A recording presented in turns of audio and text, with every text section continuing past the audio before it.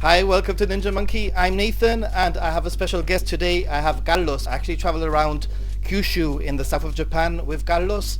He's a good friend. He's actually the husband of my hairdresser. She does my hair, but unfortunately, you can see I'm trying over here with my hair, but it's not quite working. I don't think. Anyway, please comment to see if everything's working, if the sound's working, etc. But I think I've got it sorted from last time. So I'm gonna introduce you to my guests. My guest is Carlos. Hello, good evening. Say hello, Carlos. So Carlos is actually from I was born in Estepona, Melilla, in Spain. I live a lot in Estepona. Oh, Yeah, North Africa. born in Melilla, awesome. Now, obviously, Carlos' command of English is excellent, although he did tell me to warn people that his English might not be up to scratch. So we'll forgive him from the very beginning, and it's fine, Carlos. You just try your best. So Carlos actually traveled with me to Kyushu. We actually went to Honshu, to all the typical places like Tokyo and Kyoto, etc. before our trip to Kyushu, but we're going to concentrate today on Kyushu. So Carlos, tell us a little bit about yourself. What do you do? Like, what's your passion? Well, I'm etc.? Carlos Ruiz. I'm from Spain. Been living in Gibraltar for quite a long time. I own a business here in Jeep with my wife. I have a hair salon, and recently I've just started again another business now in photography, which is my passion, and I'm gonna be concentrating in portraiture and hopefully weddings. Now, Carlos, actually part of the reason why he came on this trip with me was the photography side of things, I'd obviously traveled to Japan a few times before, and he was kind of jealous of my trips. So one day we arranged it all very quickly. He came round to my house, we booked the flights, and boom. Actually, the flights were super cheap, if I remember right. I think maybe we paid like 375 pounds return. That's Gibraltar, London, Tokyo, London, Gibraltar, which is pretty awesome. So we've got some questions here. Jalen is asking best experiences we've had in Japan. Well, I've been to some. Actually, in this video we're going to be talking about Yakushima, and Yakushima might be one of the best experiences that I've had in Japan. So keep on watching and we'll see about Yakushima. Now, as I was saying before, Carlos, his passion is photography, and the good thing about traveling with a photographer is that he can teach you lots of things. He can give you lots of tips, and it was great having him on the trip. One interesting tidbit about Carlos and I is that we both share the same birthday, and we both celebrated our birthdays together on the Tokyo Tower, which was pretty sweet. But anyway, we got to the part of the show where I'm gonna play a game with you. I'll explain it to you in a minute. Okay, so we're gonna play a game. It's actually called Shooting Ninja Stars, because I'm the Ninja Monkey. Not to get them. And I thought, and it's fine. It's quite easy, really. Okay.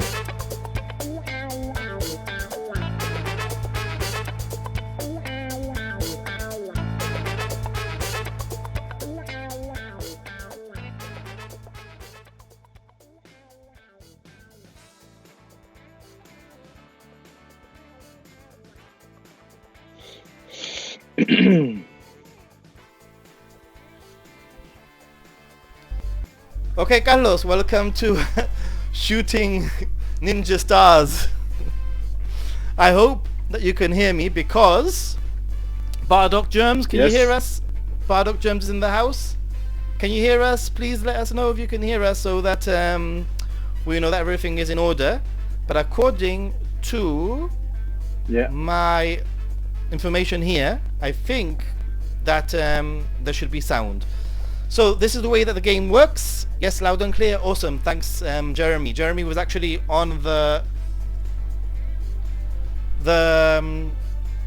Jeremy was actually my guest in the Hello, previous sort of thing. No, the previous thing that we did. So, Sarah, the video is laggy. What do you mean by that? The video is laggy. Let me check it out myself. Just 1 second. Let's see how things are going here. Laggy voice? Who? Me or Carlos?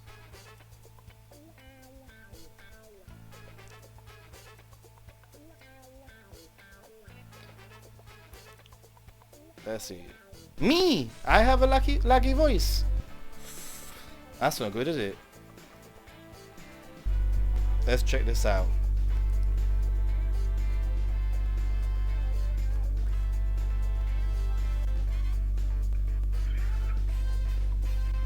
¿Qué Speak, te pasa? ¿Por qué Carlos. está A ver, laggy eso? habla. ¿Qué le pasa al Dice que they micrófono? want you to hear your voice. We're just checking to see why it's No sé, no laggy. sé. Yo... Carlos, ¿Quién es el que está lagging? ¿Tú, ¿no yo? sabes? Vale. Apparently Yo que me. no Apparently puedo me. verlo, el chat de YouTube no lo puedo ver, ¿eh? Tú lo controlas, ¿no?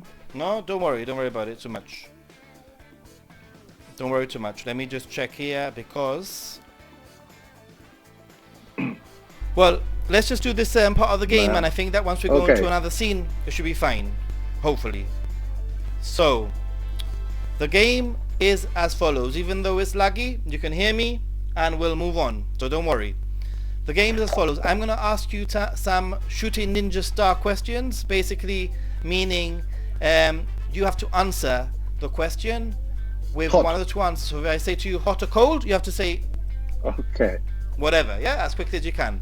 Now, Carlos, I am aware that you are a photographer, so I've taken this Okay. into account. I've mixed some photography questions in there, and this will also help us get to know Okay. Carlos a I little hope bit they're better, hopefully. not too difficult. So, let's get started. Okay, Digital. film or digital? Samurai. Ninja or samurai? Onsen. Onsen or bath? Unfiltered. Filtered or unfiltered? Sea. Mountains or sea? Fuji. of Fuji or course. Nikon? Tokyo. Tokyo or Osaka? Beer. Beer or wine? Noodles. Noodles or rice? Burger McDonald's or Burger King? King. Okay, Coffee. okay. Coffee or tea? Starbucks. Costa or Starbucks? Oh, the answers are coming before the questions, The answers. apparently. I'm too fast. That's very strange. I'm too quick. The answers. You're too fast. You're too quick. Okay. Handheld. Tripod or handheld? Portraits. Persons all the time. Landscape or portrait? Akihabara. Akihabara or Asakusa? Temple. Temple or museum? If possible, chopsticks. Chopsticks or knife and fork? Getting Map lost. or getting lost? Solo travel or group in the middle. travel?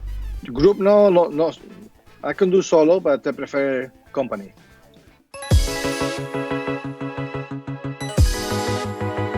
Okay. Good. All right. So sorry about that little mix-up. Hopefully, can you let us know if the sound is a little bit better now? Is it laggy or is it okay? So the reason why I asked you about whether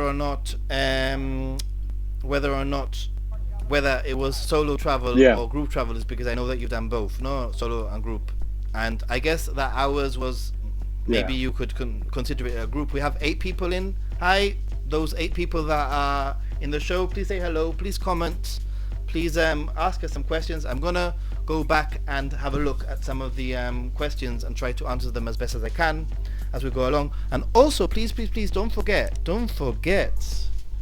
to like the video. It's very important. Don't forget to subscribe if you're new to the channel, but liking the video is super important. Okay, so now the first thing that I wanted to talk about was we actually started off by going to Fukuoka, and Fukuoka is actually in the south island of Kyushu. It's in the north part of the south island of Kyushu. We traveled from Kyoto to Fukuoka, and actually I'm going to put some footage here of a temple that we traveled to, and the temple was basically just around from our hotel. So tell us about the hotel, the temple, the feeling, the difference between Kyushu and Well, Tokyo, for me, or Honshu. changing the island, it meant changing a bit of the landscape. Tokyo was very urban. Then in the travel in the Shinkansen from Tokyo all the way down to Fukuoka, then you could see the landscape changing, more landscape, less buildings. And this temple that we're looking at, I don't remember. I can't remember the name. I haven't. I think it was. I don't remember. I write it somewhere. I write it somewhere. But I remember it was. Was it okay. inside this temple? The one. It was the big Buddha, massive Buddha. Was it this one or I think it was inside. It was like a I can't remember. being reborn experience. But you go inside and you want to see everything in the dark. You remember that? No. Oh, your memory is obviously okay. better. No. This one wasn't that one. No. But what I have to say about this temple specifically, and Kyushu, traveling in Honshu is really cool. You know, Tokyo, Kyoto, all those temples. But one of the things that struck me is that from the hustle and bustle and the crowds that there were in Honshu, we arrived at this temple and there was no one. It was just me and you, and it was an absolutely stunning temple. We also went to a night market. It's called the Hakata Market, I believe. Hakata Market, and it's Hakata ramen is famous in Fukuoka. And the market was full of life. I think. I think it was like in the middle of the week. It wasn't buzzing. a weekend. It's Hakata because Fukuoka. It was a city that merged two cities. No, it was Fukuoka something and Hakata. No, remember that? Yeah. Yeah. Well, Hakata is sort of like where the Shinkansen arrives. I think that Hakata and Fukuoka are two sort of areas. But we did go to this market. There were like performers, as you can see there. It was just really, really, really fun. It was a really cool place to. We ate some ramen, really nice one. And I ate some. I remember ramen, also that I think not long before that night, they released the Pokemon Go, and I remember the streets being filled full of people playing Pokemon Go and catching up Pokemon everywhere. It was curious to see so much people playing the game. Definitely, I think, yeah. I mean, the whole Pokemon Go craze happened when we were on the trip, but I have to say that this market in Fukuoka that we went to is probably definitely one of the most one of the best street markets in Japan that I've been to, and I've been to many places in Japan, obviously, you know. Yeah. So it was a great experience. Super hot, and the mosquitoes. My God, the mosquitoes! Remember the mosquitoes? Super hot. Yeah. Oh, the mosquitoes were absolutely crazy, guys. If you can tell me if I am in sync, that would be very useful. We have 8 people in the chat. I appreciate everything. All those people that are in the chat, but if you have any comments, please let us know in the chat. We also went to this garden. Now, this garden we went to in Fukuoka was actually Yeah. we stumbled upon it by Yeah. accident. I think it was about to close, and we sort of like snuck in. In we fact, didn't a lot have of the much things that time. we did on our trip, we sort of like snuck in at the last minute. But it was what sort of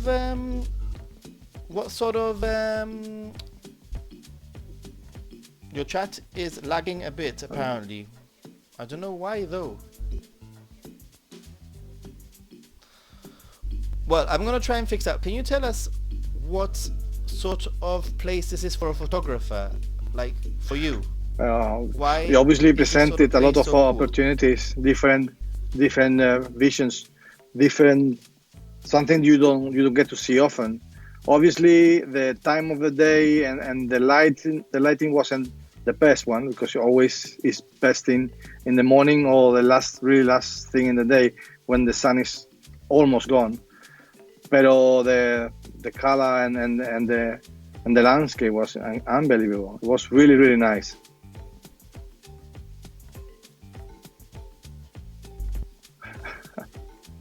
Okay, I think I figured out what's wrong. It's all good. I think that should be better now. Is that better, guys? For some reason, it was picking up the AirPods microphone and this microphone, and obviously one's in sync and the other one isn't. So please, teething problems again. I think it's going a little bit better than the previous thing. Has that fixed the problem? Yes or no? Please let us know. 9 people in the chat. Yes or no? Has it fixed the problem? Carlos, can you check on YouTube to see if it's fixed the problem? If there's a lag or if there's no lag? No, it hasn't fixed the problem. I'm covering my camera. Let's see. Still laggy and slight buzzing, apparently. Good do buzzing. I mean, the buzzing is probably just from the microphone. I don't think much I can do there. But what I can do is, bear with me a moment, I'm going to stop the stream.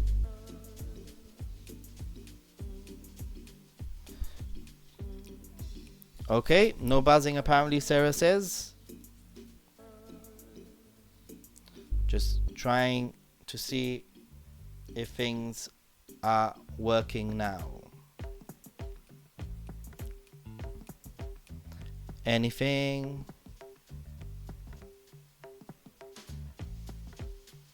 Let me just make sure. Play around with some settings. So apparently there's no buzzing and the delay is still there. Can you please let me know?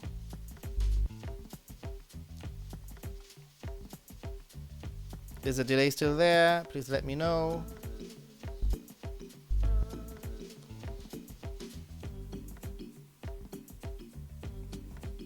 The delay is still there. Just fixing, just trying to figure it out.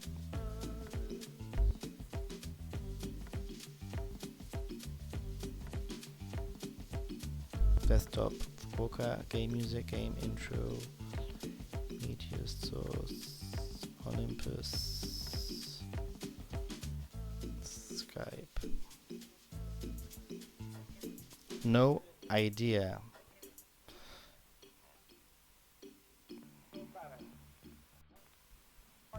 Very strange.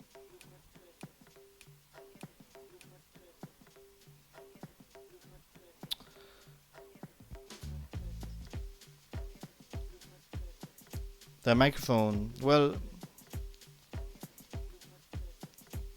let's see. The audio configuration, no? I've changed the.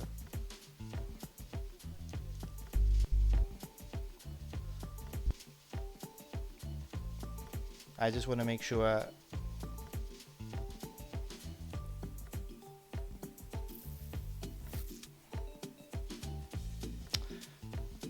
I did a little bit of a test before, and everything seemed to be working. But obviously, tú sabes, glitches and all that kind of thing. That's the lake outside the park. massive lake. Sure.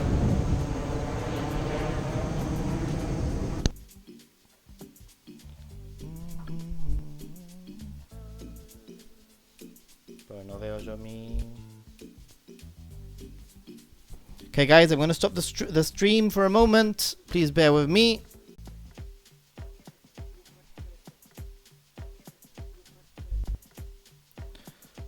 Okay, hopefully.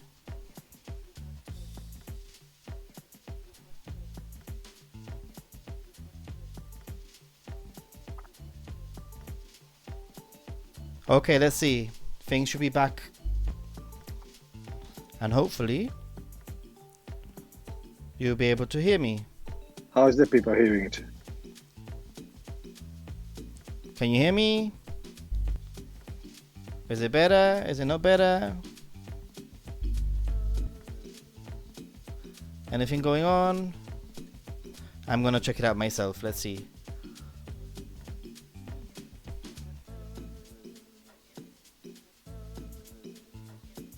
That's the thing of the live thing.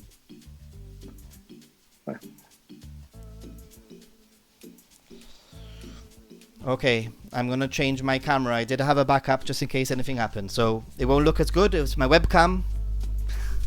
It's fine. Don't worry. Gonna take it. Now I can see. I can see the chat now. Okay, what can you see? Yeah, I have some people here. You can?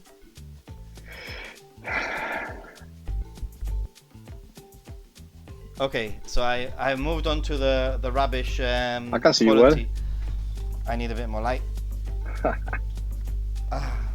No, you'll see now. It's boom, quality downgraded. We can see your plantation in the back.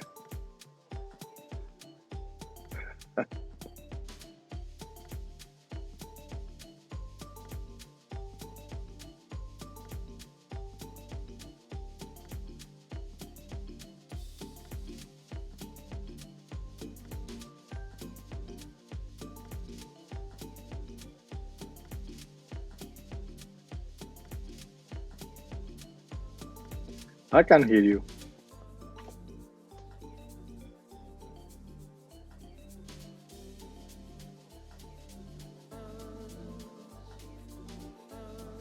Is it still lag?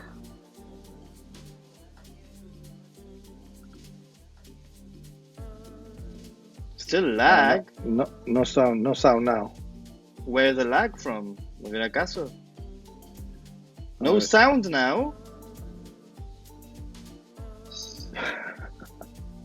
What the hell? One, two. Ahora, now. Fine now, so it's fixed. Someone is telling me now. It's fixed. Okay, it's fixed. now it's going. Now it's going no well. lag. Okay. Well, we'll carry on talking on this screen. Whilst we're on the screen, I'm going to fix some of the other settings. But go ahead. We were talking about Fukuoka and the night markets. Let's hit it off from there. Let's carry on from there. The night market. In the meantime, I was able to find my notes about Fukuoka, and it was two cities became one. One is from the castle Fukuoka, and the other one was Hakata. That's why the train arrived in Hakata.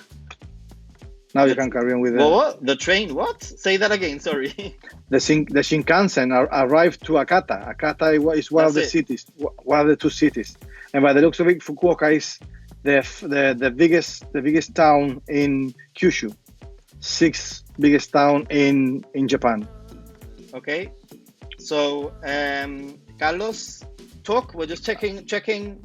Everything should be working still. Carlos. For me, it's working. I don't know. Okay, I think I am back on there. We're gonna actually move. We actually went from Fukuoka. We actually went to Nagasaki. Remember? Yes. And what sort of things would you say are kind of in Nagasaki was the most interesting thing for you? In Nagasaki, I must say that such two big cities like Hiroshima and Nagasaki, for me, it was a very an emotional hit, because all the trouble was experienced new experiences, new new city, new images. But then I don't know what I was expecting about Nagasaki, but then the whole museum of the bomb thing, and knowing what's happened in that city not so long ago. Actually, I was a have bit, some footage of the museum that we went to. No, yeah. actually, It was we also went. you could see the hands of the engineers after the Second World War, how they find all the transportation, the monorail, the trains, the buses, everything was very punctual. I don't know. I think they got the best of what it was in Europe after Okay, World War II, and they improved it. Nagasaki had a really interesting tram system, which made it Yeah. feel very European. I thought, no, Yes. the It- tram, and we actually got like a special day trip We got a thing, hop on, you know? hop off daily pass. Yes. And And, the whole, there was some influence from Holland, if I remember right. Yes, Nagasaki. I think, yeah, it was in Nagasaki. They did a fake. Japan was locked because they had this problem in with the Christians through Fukuoka. Some Portuguese enter in Japan in the 1500s, and it became like the I think it was called the Christian century. And that ended up really bad. It was some revolution. There's And a famous cathedral in Nagasaki, remember? Also, Yes. where you mentioned the Yes. Christians, no? yes, and then when we went to Onsen, in Unzen, there also a story there, because there I think the last Christians were executed. Executed. In fact, that film, Yeah. what's the name of that film? There's a film. Yes. I've forgotten. It's an, yeah, that's the images we took in the port island, because area, Japan no? built an island where they allowed the Dutch people and the Portuguese come Thanks, and Jeremy. bring. It's interesting. Carry on. Sorry. Jeremy was saying that we're talking very interesting stuff, but it's true. Look, I mean, look at the images, and it's really strange because the buildings are not Japanese, but the people were like. Actually, we spoke about this in Jeremy's live stream the other day about how like there was themed people, and this was the place actually, Jeremy, and you can see. Look how strange, man. There's like some women dressed in like Victorian attire. Yeah. It was the Dutch concession, I think it was called. That's it. Because they were living outside Japan, but they live in this island because the emperor was very curious, and being locked in Japan, they didn't have any news from outside the world. So through that island, they allowed the information coming from Europe, because to find out all the news coming from Europe. Actually, I've also read that the Portuguese brought the first firearms, and that was what it cost at the end the samurai to be and extinct. the shoguns, no, like the shoguns and the samurai, you know, they would protect. They wouldn't let the foreigners leave that area. Yeah. It was an island. It Actually, was look, you can see the cathedral I was talking about earlier. It was a man-made island. It was very curious. Silent, that's right. Remember we were corrected there because we took some pictures with this gentleman. He was dressing as the epoch with one of the katanas, and we thought it was a samurai, but he said no. He was an enforcers on the island, and he told us that samurais are people. They carry two katanas. I didn't know that before that. Actually, we also went to the atomic bomb museum, and that is quite an experience, wouldn't you say, Carlos? Completely, and also that's the remains of one of the churches That's it. After We can the see bomb. it there. Look on the screen, the church. What it was, just what it was left. Even I think the bricks are not part of what it was left from after the bomb, but the imagery, yes. And that was kind of a map explaining, because the bomb didn't hit the floor. The bomb exploded like some 6 kilometers away from the land, burning everything in the surround. Actually, that 3D model was really cool because it was like a 3D sort of thing with a projector on top, and it actually showed the bomb and how it affects the area, no? But it was in a holographic sort of 3D sort of way, no? Yeah, it was really cool. Yeah, like, I remember. But it was very impactful, the remains, and they have this furniture and these vitrines full of clothes and shoes and and toys from kids. How everything was burned after the explosion. It was quite heartbreaking. You can see that now, like that the model. Actually, the model like really impressed me. Out of the museum is very sad. But I remember seeing the model and thinking, wow, no, like what crazy how big the destruction was, no, in the area. Yeah, and it was surrounded by mountains, so the heat wave didn't affect further than the look at the burn bottles. Yeah, melted crazy. Yeah, and one of the things that I like about the museum, this one and the Hiroshima Peace Museum, is how the whole like message is about peace. It's about let's learn from the mistakes. Let's not hold a grudge and let's just move forward. No, which is really cool. This was actually the Peace Park outside of the museum. Outside, there's a area, which of greenery with monuments and all sorts of things about peace. And the cranes. How you see everywhere in Nagasaki the chain of cranes, and if you remember, I think this was I don't think if she was this was the epicenter of the in front of the it was the epicenter of the explosion. Now you're gonna see like a black well, you don't wanna see you will see a black column saying an exact moment, the exact point of the explosion. What I was saying about the chain, I don't know if you remember that a girl was hoping to survive the burns, and she was doing this cranes, papyroflexic. I actually spoke to Jeremy about this in the last video, but it's and it became a symbol. It became a symbol of hope. So now of hope and of remembrance. Now all the people that does constantly cranes. Nagasaki, I really enjoyed Nagasaki as a city. It actually became one of my favorite cities that I've traveled to in Japan, because it was kind of hilly. It was very cosmopolitan, but in a Japanese way.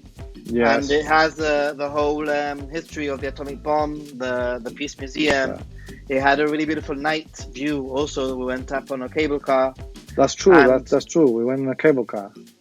But I think, you have to think that even if it is Japan, that city was rebuilt with European and American engineers after the war was ended. A lot of people mainly from the United States went in and intervened in Japan. That's why it's so open and it's not so high. The buildings are not so high. It was quite nice city. So guys, it's nice to see we have Badok Germ, Sarah in the house talking there, Joel also there, and a few other people who haven't. Yeah, that's true. Spoken. Silent Samurai. Also there in the chat. So awesome. We actually went to the place where the Christians were killed, executed. They were actually taken to these hells, of boiling water, and they were thrown in, or they would be tortured, which is absolutely horrendous. In the film that Jeremy mentioned, No Silence, and that was the place is called Unzen. And it was in the mountains. And to get from Unzen from Nagasaki to actually Unzen is part of Nagasaki. It's in Nagasaki prefecture, but we had to get a bus to Nagasaki. Yeah. Why were these Christians killed? Because the Christians were killed because Japan had this rule where no gaijin, no foreigners, were allowed in the land at all. And it wasn't until the Emperor Meiji that actually opened the land of Japan to the world. But Japan was actually closed to the world for a few hundred years. Nobody was allowed in. Anybody who wasn't Japanese would be killed, basically. Even inside of Japan, there was a little bit of oppression. No, they were not allowed to travel as freely as now. No, but that's the reason, Joel, why they killed the Christians. The church sends some missionaries to convert people into Christianity, and they got infiltrated in that area, and they were converting Japanese people. And the shogun, I don't know if the shogun knew, but then it became the Shimabara rebellion when this I think it was 37,000 people, Christians, against 127,000 Japanese when the rebellion happened. Only 2,000 Japanese died in that rebellion, and the 37,000 Christians got killed. So, but at the same time, and they locked Japan again. But at the same time, the Christians were successful because the church went underground, and just the fact that of Nagasaki having a cathedral is just a testament, to the fact that they were in a way they went underground. Hey, good morning, Nick. Good morning from Kyoto.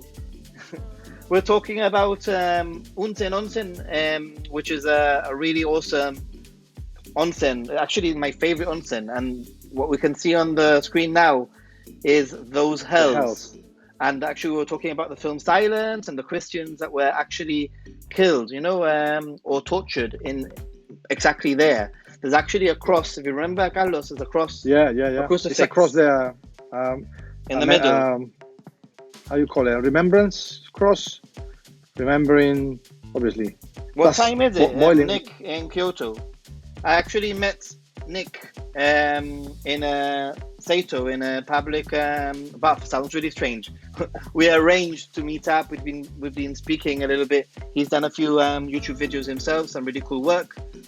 He's also an enthusiast of onsens and hot springs and public baths. So we have that in common. It's 6:40 a.m.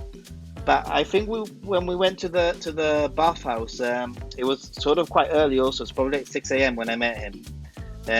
So beautiful place. Unzen, for me, really cool place to go. As you can see, with all the smoke, the ambience is absolutely... The smell. You remember the smell of the sulfur. The sulfur actually, everywhere. Do you have the pulsera? I still have it, yeah. I've been wearing it for a very long time. Yeah. If you want me, I tell the story about the brace. Hold that, because on the screen I'm eating the 1,000-year egg. 1,000-year egg. No, boil in the hells. I love the smell also, Nick. But and those eggs were so good, huh? Sorry. So what happens with your bracelet? Well, that's while we were walking those hills in the heat. I saw like a little canal of water coming next to the path, and I touched it, and it was cold. It was cold water. So I got some water to put in my face, and I told him not to. I told him not to. Just saying. But yeah. But the water was fine. It was cold. It wasn't hot at all. And then at the I don't know, like a little while later, I saw the silver bracelet completely black. And it was the effect of the sulfur on the silver. His face was priceless. Actually, this is the hotel that we stayed in, or the ryokan, no, the that we stayed in, which was pretty cool. And It that was was our really room. cool. But Really beautiful room. I remember the motto. How you call motto in the one that carries the luggage? Give us such a tour of the room. We must say that Japanese people are very proud of the jobs. We saw that in someone putting a hamburger to us one night, and he was like a 50 years old man, and he was so proud, showing us the menu and the different burgers. And this lad the same. He showed us the room, he gave us a tour. Actually, it was a Moss Burger. The Moss Burger restaurant. That's it. And this room is just 4 walls and nothing more. But the guy took. Oh, are you there, Carlos? Was the place to sleep and all that. It was amazing. I think. Well, that's the private. The onsen that we went to, really, really nice. It's really nice, seriously. Nick, you need to get down there. You will like it, and I think it should be quite easy. And Nagasaki is a really cool place to go to. That was the onsen that we went to. We hired 2 private onsens, different, so we can try different ones. Remember? Yeah, we took it in turns. Like we hired 2, and then we swapped halfway through, so we could experience. It was like an outdoor onsen and an indoor. And it was raining. Remember, it was raining outside. It was like quite cold day, and you were inside like 45, 50 degrees in the water. The onsens. Remember the onsens? It was one of my only chances to try onsen, because like I have my tattoos, and in Japan, many onsen are.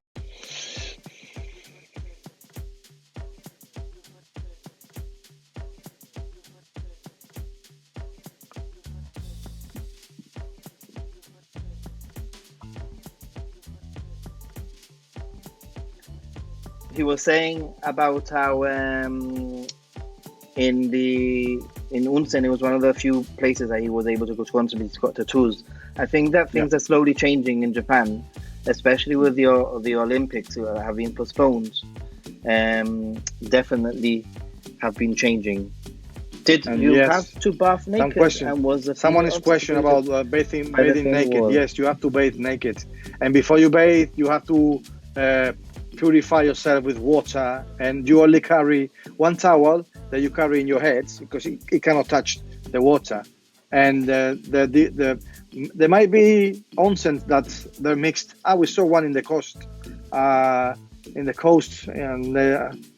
we saw an onsen with mixed people, mixed gender, gents and ladies. But these hotels, they were separated. Remember, some days and some hours were for the gents, and different times for the ladies. Yes, you do have to go naked, Jeremy. To be honest, the very first time that I traveled to Japan, it's sort of intimidating to go to an onsen and to have to, go naked, especially around friends or whatever, no? Because you're not used to doing that, really, sharing a bath. But it's you start to realize that it's just everybody's the same, no? Like really. In fact, I think there's a Japanese saying, I can't remember right. I think there's a saying that's something along the lines of everybody's the same when they're naked, because it's our clothing that gives us importance, and if you're rich or if you're poor, it doesn't matter if you're naked. No, in fact, some of the best conversations that I've had have been in a bath, sharing a bath with people. They sort of open up and they relax and they ask all sorts of questions. Moments with Nick says, I really want to go to Kurokawa Onsen in Kumamoto. Yeah, actually, we're going to talk about Kumamoto in a moment. In fact, once we talk about that, I'm going to actually, whilst we talk about that, I'm actually going to put some footage of the mascot, Kumamon. The mascot, Kumamon, from Kumamoto. Should be coming out there. There we go. That's it. That's Kumamoto, yeah. everywhere. It was in the train, in the train station, in the restaurants. But Oh, the the building. thing is that we had planned to go to that onsen, Nick, but about 2 weeks before we went to Kumamoto, there was the Kumamoto earthquake, A and massive earthquake. we nearly changed our plan to go Yeah. to Kumamoto as a result. But after a little bit of discussion, we decided that we were just gonna keep the itinerary more or less the same. And actually, I'm glad that we went to Kumamoto because it was super quiet. I We got to remember, see, if you let me say something, I yeah, remember we tried visiting the castle. The castle was so damaged, they reckon it was going to be almost 30 years to being able to restore the damage of the. You could see the tourists and the buildings and the reconstruction, the where all the buildings were burnt after the earthquake. It was also quite impactful. I didn't think that an earthquake could do so much damage and in structures so old because that castle has been nearly 500 years. What? I'm just pretending to be Kumamoto there. All right. Yeah, that's the transfer from the hotel. I also have a Kumamoto passenger. But do all Japanese places have mascots? I would say probably yes. Yeah, they have. They In are fact, very. Yeah. there's a I cannot say this word, but this thing that's happening in the world right now.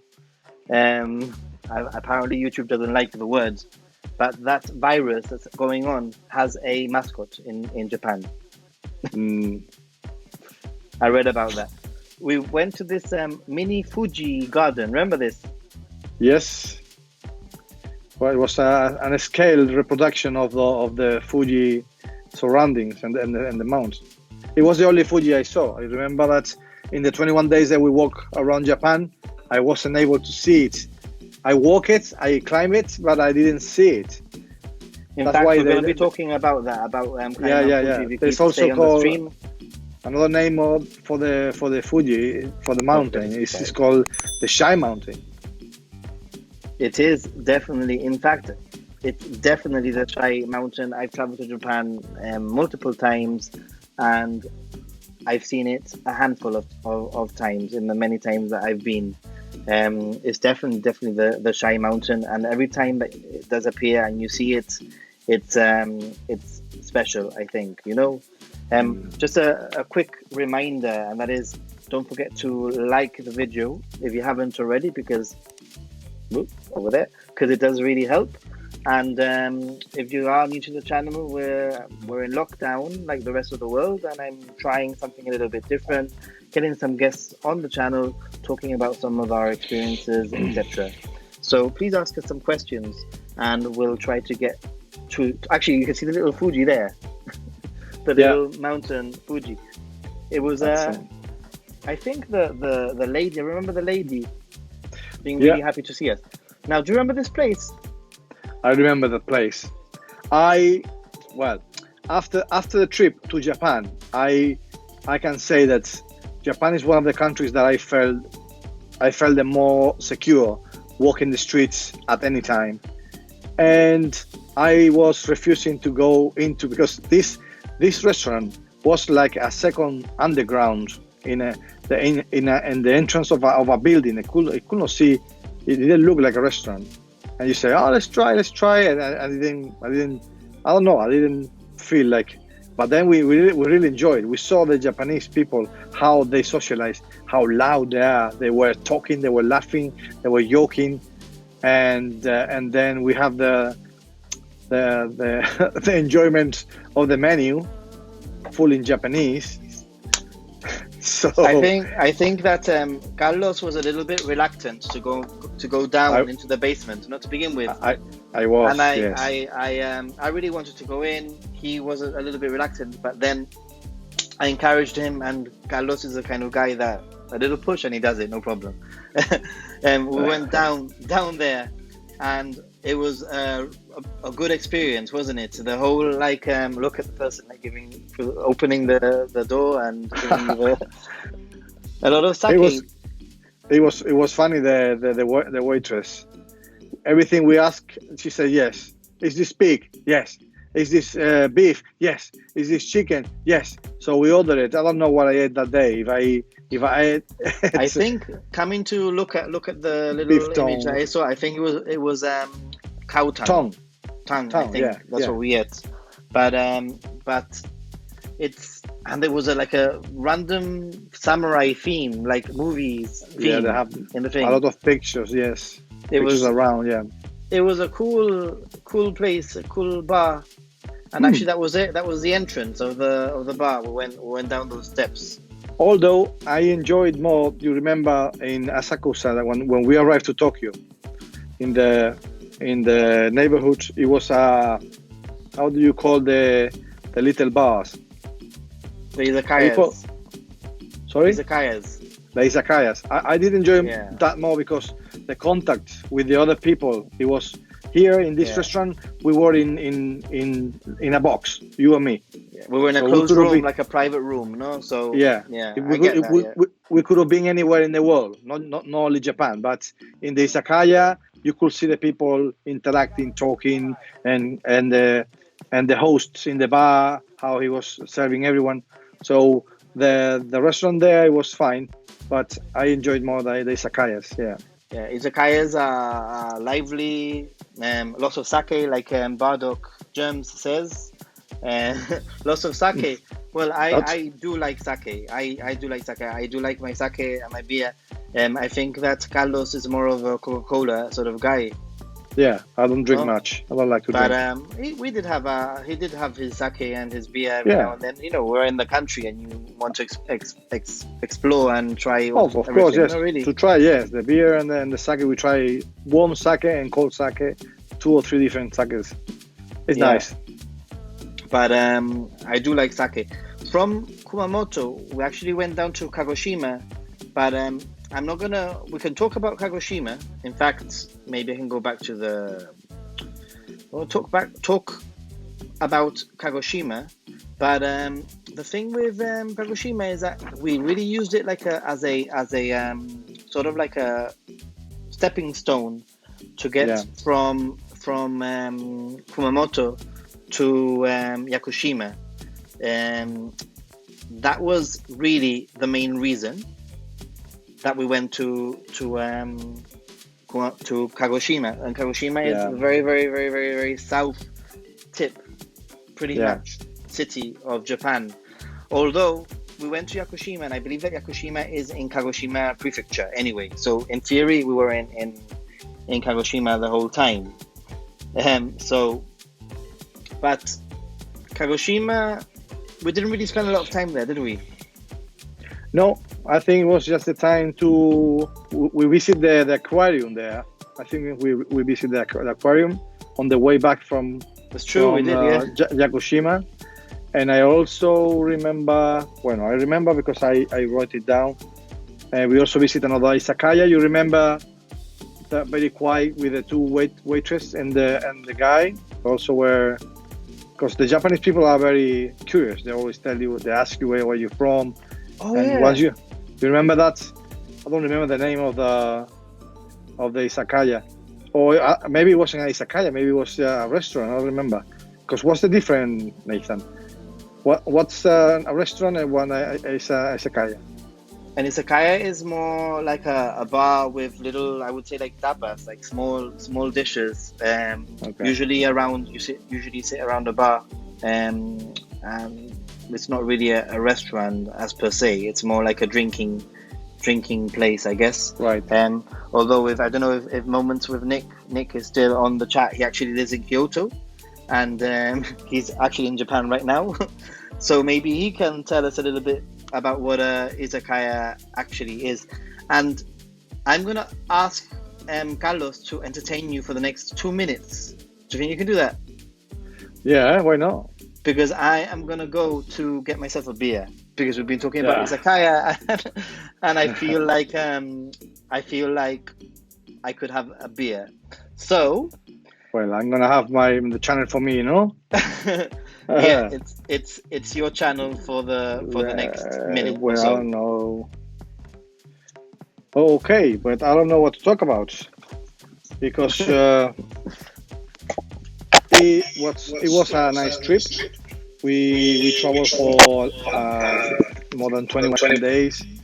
We're talking. This was the middle. That's why I don't remember very well the places, because we visit in 8 days. We visit like 7 or 9 different cities, and the names is also difficult to remember. But yeah, Japan is Kanpai. is back quick. It's a quite beautiful place to go. Joel Marillo, tell us embarrassing things Nathan did in Japan. Oi. Don't be naughty. What was the aquarium like, Carlos? Question from Joel. What was the aquarium like? It's a pity. It was massive. It was massive, and they had one of these shark whales going around. Remember, it was quite busy. The main tank was very busy, and I think they probably had this like 7 meters long shark whale. It was stunning. It was quite amazing, and they had jellyfish. Not I mean, like they had like rules of jellyfish. It was pretty cool. And also, was funny that entering I'm changing my iPod with a battery. Entering the aquarium, you could see the dolphins outside. The dolphins they use because they have like a show every they run a show every hour, and you could see the poor thing playing outside with the ball in one of the canals outside in the entrance. Yeah, it's true. It was nice. It was nice. I think I've been to a few aquariums in Japan, and actually, the Japanese do aquariums quite well, to be honest. And on that note of aquariums, I think that pretty much every city has an aquarium, or 1 or 2 or 3 or 10 aquariums. Like in Tokyo, for example, you can go to Sunshine City in Ikebukuro, and there's an aquarium at the top of Sunshine City. And aquariums are really good places to go if you're jet lagged, if you've just arrived in Japan and you sort of want to like chill a little bit. Aquariums are a really good place to go.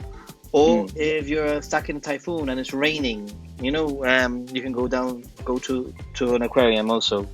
So aquariums are really cool. They're usually huge, really, really big, and they're usually very impressive from my point of view. So we actually went from Kagoshima, where the aquarium was. We actually went to a place called Yakushima, and we had to get a ferry, and the ferry was about 3 hours. Yeah, it was quite far away. It wasn't a ferry. No, the one we got was like a jet foil. One of these that it was they a go boat. It was a boat, but you could not feel the waves. It was on fins, like 3 fins, and the boat was outside the water. Remember, an hydrofoil. I think they call it hydrofoil. It wasn't a ferry. Usually is a more slow, but it was jumpy. It was called the jumpy, something like that. You've got a really good memory, because I can't remember. I've been just been reviewing the photos and from that time, yeah. But the wow, I'm impressed. But the ferry or the boat was quite comfortable, no? And it was quite nice to sit down, and I think by this point in the trip, I have to admit that I was actually quite exhausted. We've been traveling pretty much non-stop. I was just saying, when you went for the beer, I was just saying it, that we saw in the last 7-8 days, we saw like 9 different cities. Yeah. That's my style of travel. My style of travel is see as much as I can, but obviously I try to have a good balance, where there are points where you can have a chill time, and this is what this island was. It was that time of chill. We stayed 2 nights there, although I wish I would have stayed an extra night, to be honest, because it was beautiful. I wasn't I'm gonna put some footage, so we'll talk over the footage, but just bear in mind that this footage that I took is just absolutely stunning. It's a forest, tropical, semi-tropical island, and there were pretty much no tourists. Really. I think it's become more popular now, to be honest, Carlos. But we didn't see much people there. There we go. And the island is just incredible, right? Yeah. Nothing compared with the rest. Like, it was just green, like super green. The greenery was just immense.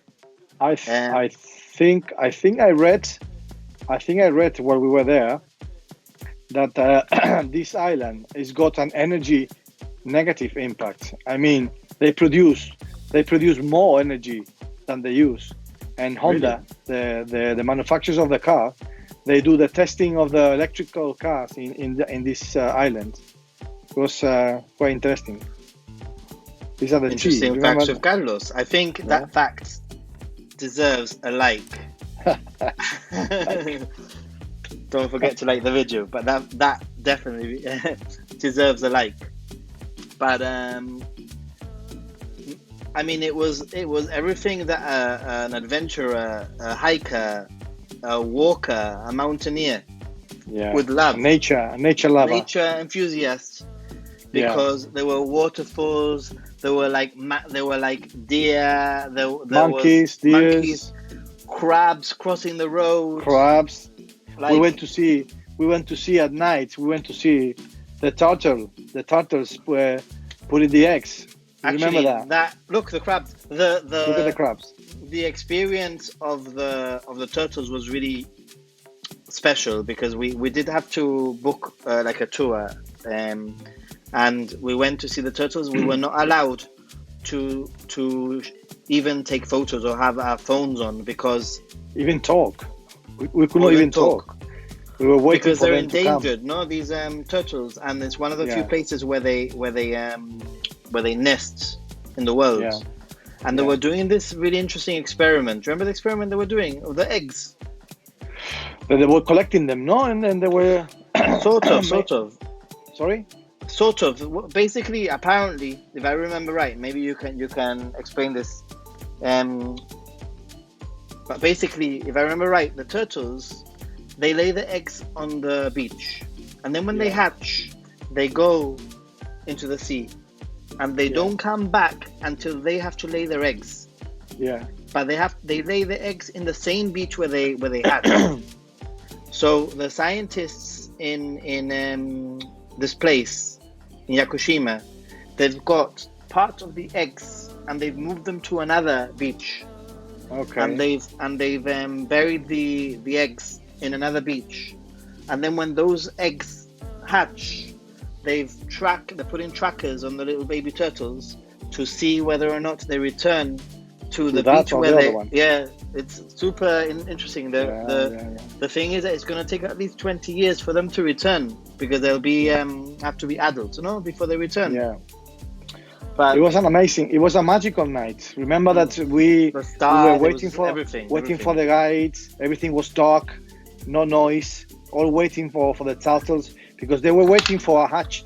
They were waiting that night. They were waiting for a hatch. No, they were waiting for turtle to hatch.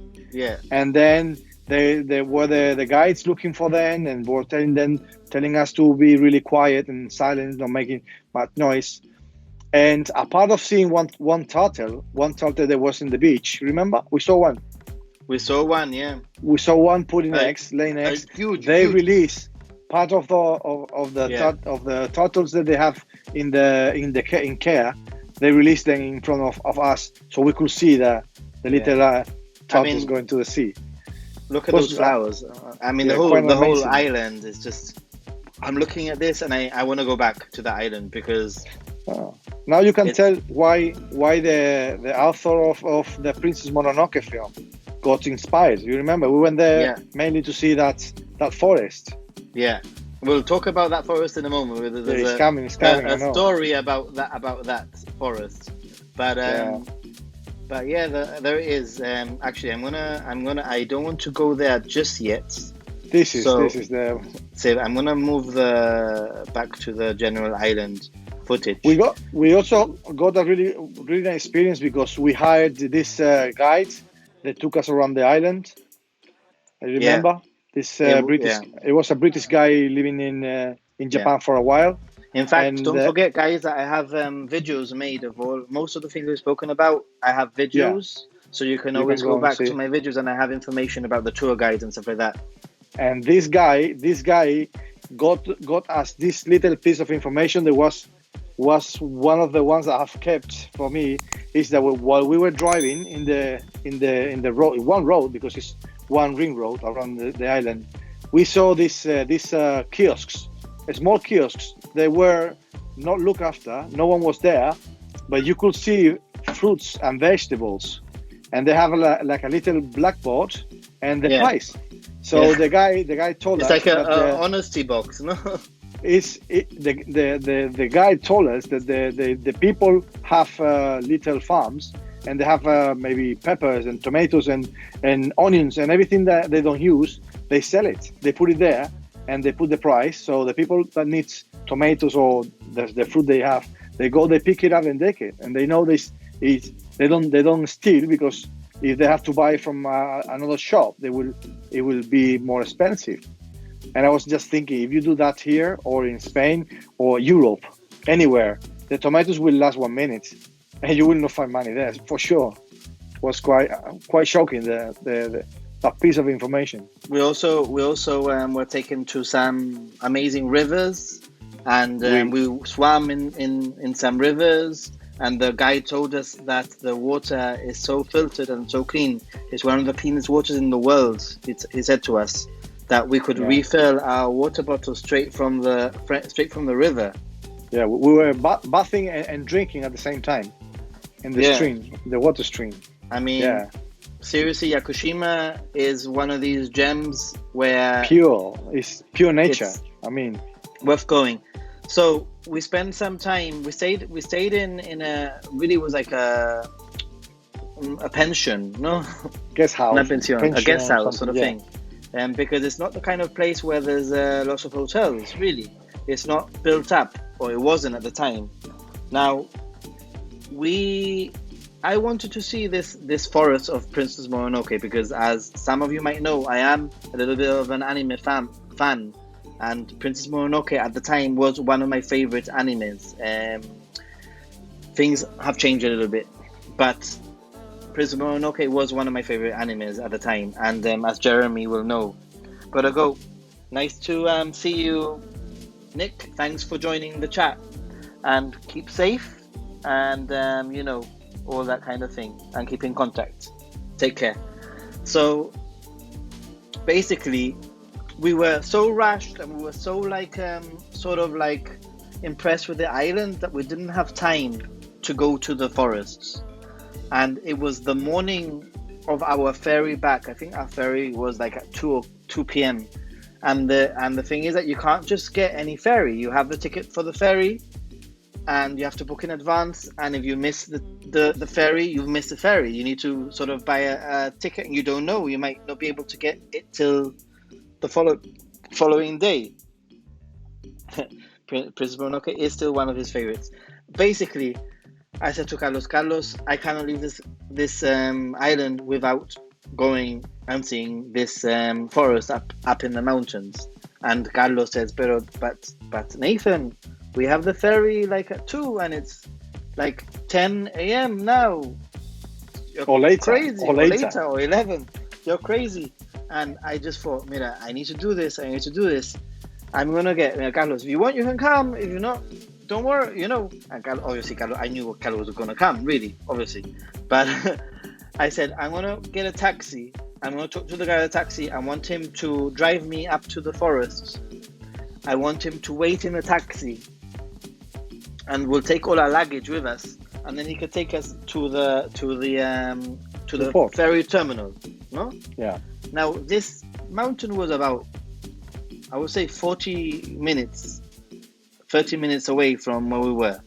So bear that in mind, So I speak to the taxi. At the time, I didn't know a lot of Japanese, just a little bit, and a lot of Google Translate. And we sort of say, Mira, this is, and he said, yeah, no problem. I'll take you up. I'll give you an hour or an hour and a half up in the mountain, something like that. An hour, I think it was, and then I'll Yeah, take around you. 1 hour. Yeah. I'll take you back to the port for the ferry. So we go in this taxi. We leave our luggage in the taxi. He drives us up. We leave everything, all of our belongings in the taxi, and we go up climbing this incredible forest, as you can see here in the imagery, and with incredible rivers and rope bridges and cliffs and moss, and obviously it's Japan, so you can sort of trust these taxi people. But we got back to the taxi, and we were driven back to the port, and we made it in time. So it was a little bit of a crazy story. Yeah, it's an adventure. An adventure. There's Carlos. An adventure. But I think that it's one of the reasons why I want to return, because after doing a little bit more research, there's so much more to do, like night hikes in the forest, and the oldest tree in the world, or one of the oldest trees in the world, is somewhere in that forest also. So it's somewhere that I definitely want to go to be honest. So we have sort of reached, I wouldn't say the end, but do you have any take backs, any info about our trip around Kyushu that you might want to speak about? Before, we're going to talk about Mount Fuji in a minute, but before we go and talk about Mount Fuji is a whole thing in itself. We're going to talk about Mount Fuji in a moment.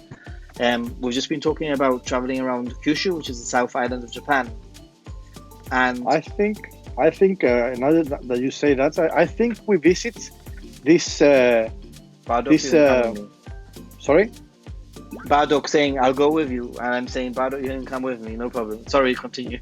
Was in Yakushima where we saw this massive tree that was cut because in the Edo period they wanted to be to sculpt like a massive figure for the emperor, and they took the piece of wood all the way from Yakushima to Edo. Was it in Yakushima? Probably. It was the Tokon. You know the remember. Tokon? You know the Tokon? It was a massive.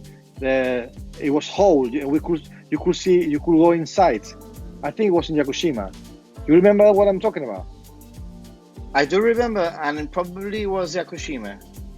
Yeah, but imagine all the way from Yakushima, take a piece of this massive log of wood to near Tokyo.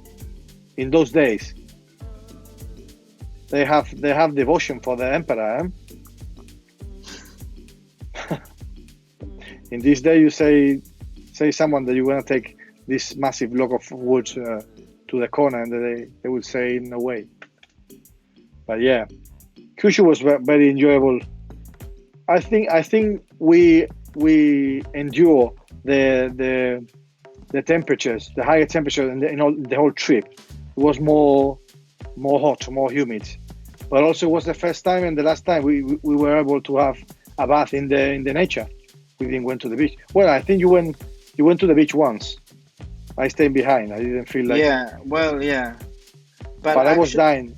Actually, I was just remembering that in Yakushima there was something very unique that I sort of also experienced, and that was an outdoor onsen that you didn't come to experience that. But basically, right, that's what. Do you remember that? Okay, that's the one I mentioned before. It was the mixed onsen next to the coast, next to the sea. That's true. That experience was something because we had done the turtle tour with them with a French couple. Remember them? Yeah. And we went to this the following day or the day after. We went to this this tour around Yakushima Island, and there was this mixed gender onsen. Yeah. outdoors, natural. And by mixed gender outdoors, I mean that men and women were both naked. You know? Yeah. And Carlos decided that he would stay in the car. The car next to the road, yeah. And I thought, I'm gonna experience this because it's sort of a once in a lifetime thing. I'm not married. I have no problems,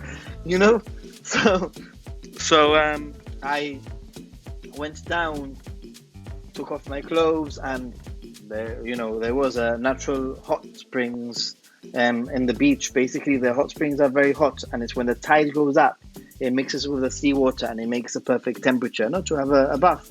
And there's men and women both naked, families, and who else was there?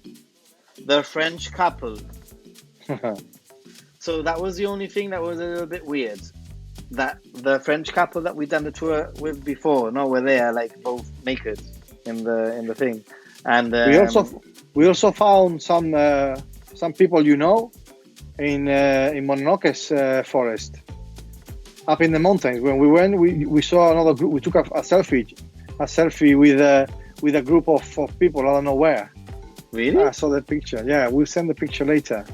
But I didn't remember that. You saw them and you stopped, and then you were talking with them. I don't know where we're from. But your memory is no memory. I just been reviewing the pictures. My memories were so bad.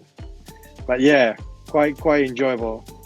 But yeah, experience. I think there's there's kind of a big difference between Honshu, with Tokyo and Osaka, which is very touristy in a way.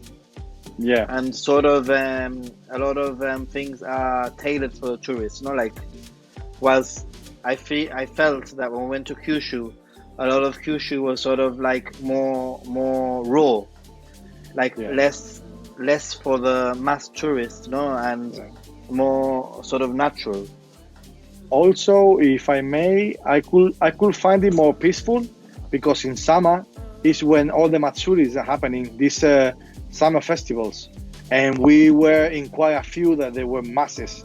I mean, the nights in Kyoto that we went to the matsuri and we got back in the metro, in the subway, it was scary.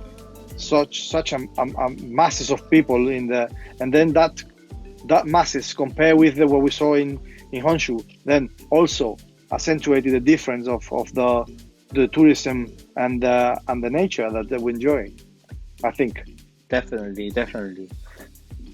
So we sort of did all of this like crazy trip traveling through Kyushu, and then we headed back into Honshu, and we went back to Tokyo, and our goal was to do Mount Fuji, to climb Mount Fuji. So we're going to talk about before we go into, I think this is something that we're not going to talk about Japan. We're going to talk about human relations. I don't know if you remember the day we were booking for the trip to Japan. I was going to come back a week earlier than you. Remember? Okay. Yes. Okay. And when you said that you were going to climb Mount Fuji on the week that I wasn't going to be there, I said, okay, I might be having a divorce with my wife, but I need to stay that week. So I changed my plans. Remember, I was going to accompany you only for the first 2 weeks, then come back early. I mean, and even though that the prices were much better, because it worked out like double the price coming back 1 week early. But I say, listen, I cannot go back to Gibraltar and not accompany you on the climbing of the Mount Fuji. And the experience was worth it. It was worth it. In fact, we are going to talk about all of that kind of thing. And for any viewers who's watching this, on a repeat or later on, just don't forget to subscribe. Don't forget to hit the like button and that sort of thing. Likes do help quite a bit. Moments with Nick, you're still with us in the chat. Wow, thank you very much. I thought you'd gone, but yeah, definitely. Mount Fuji is up there with one of my highlights. It's a sort of a mixture of thoughts, of feelings, because in a way it wasn't what I was expecting. I was expecting to have this super sort of like Zen experience, and 95% of it was not a Zen experience. 5% of it was a Zen experience. There was a point up, we'll get into that later, where I actually teared up and everything. It was a very emotional moment, because it's probably one of the most beautiful scenes that I've seen in my life, and there was an old lady playing the flute at the top of Mount Fuji, and it was just a little bit too much for me personally. It was just a little bit too much, so I sort of had to hold back. But Mount Fuji is definitely, if you are going to travel to Japan and you have the time, you do need to plan ahead. You can do it by yourself, or you can do it through with a guide. And we did it with a guide. And how did you feel about doing it with a guide, Carlos? Well, I think that if you are very well traveled person, you might be able to do it on your own. But the way we did it, I think, is the perfect way of doing it. Everything was planned. Yeah. Everything was scheduled. We had all the. You can say in the suffering we got in that hike, but all the communities that we could have, no worries, no lost, no feelings of uncertainty, and I enjoyed it a lot. Like you said, it wasn't well. I leave you to say why it was 95% an onsen experience. The reason why I ask you, and Sarah explains, do you know of a low effort way to get to the top of Mount Fuji? We'll talk about that in a moment. But sorry, Sarah, no. The reason that I asked you about doing it by yourself, and I know a friend that's done it by themselves, but I'm very happy that we got a tour to do with a tour, because everything was planned. You don't have to worry about anything. You have that extra sort of help, and sorry, excuse me, the beer, and something super cool that I did, and I think that in retrospect, Carlos would have done also, is that I purchased the all of the walking shoes. You hired them. I hired them. The company that did this. I rented everything from them, so I didn't have to carry anything with me to Japan. Now Carlos did, and I understand why Carlos did, but I think that after Carlos saw in what conditions I got my gear, which were basically brand new, you probably would have done the same thing, no? We go back to different standards, European standards and Japanese standards. If you think that you're gonna rent something like shoes and clothes in Europe or any touristic zone around here, I will not expect to have the standards of the quality of the gear you rented there. It was brand new, like you said, didn't have a mark. Beautiful. It was crazy, like seriously. Yeah. So that was one thing, and also the other thing was that on your travel app, there's 2 ways that you can do it. There's 3 ways that you can do it. You can do it on my piggyback, like Jeremy is trying to get me to do, but no way.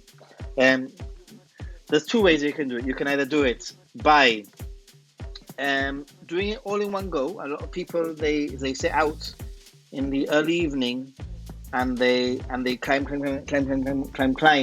non-stop. Or the way that we did it, which is the way that I'm glad that we did, which was basically we set off maybe at midday or 11 in the morning. We had a few breaks along the way, and we then basically had stayed in a cabin, like sardines. Everybody squashed in there, but at least we had a little bit of rest. Carlos. I'm not gonna say. I might say the embarrassing moment. Someone was asking for an embarrassing moment. I'm gonna say it now. After you carry on. But that was all organized by the tour guide, no? So in retrospect, I'm glad that we got the tour people, no? Yeah. Now I'm actually going to move onto the footage, the stock footage of Fuji, because you'll see that the hike itself varies quite a lot. Wouldn't you agree with me?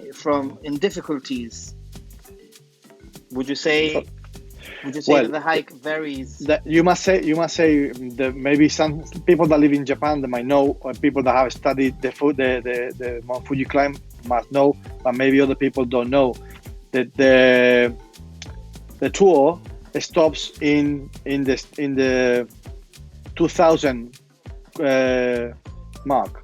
So the Mount Fuji has got 3,776 meters high, and then you start the climb from the 2000.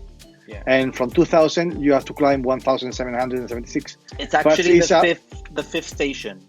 There's 9 stations, and you start on the 5th station. On the 5th station, and the climb is not rushed. Imagine that there were kids, there were father.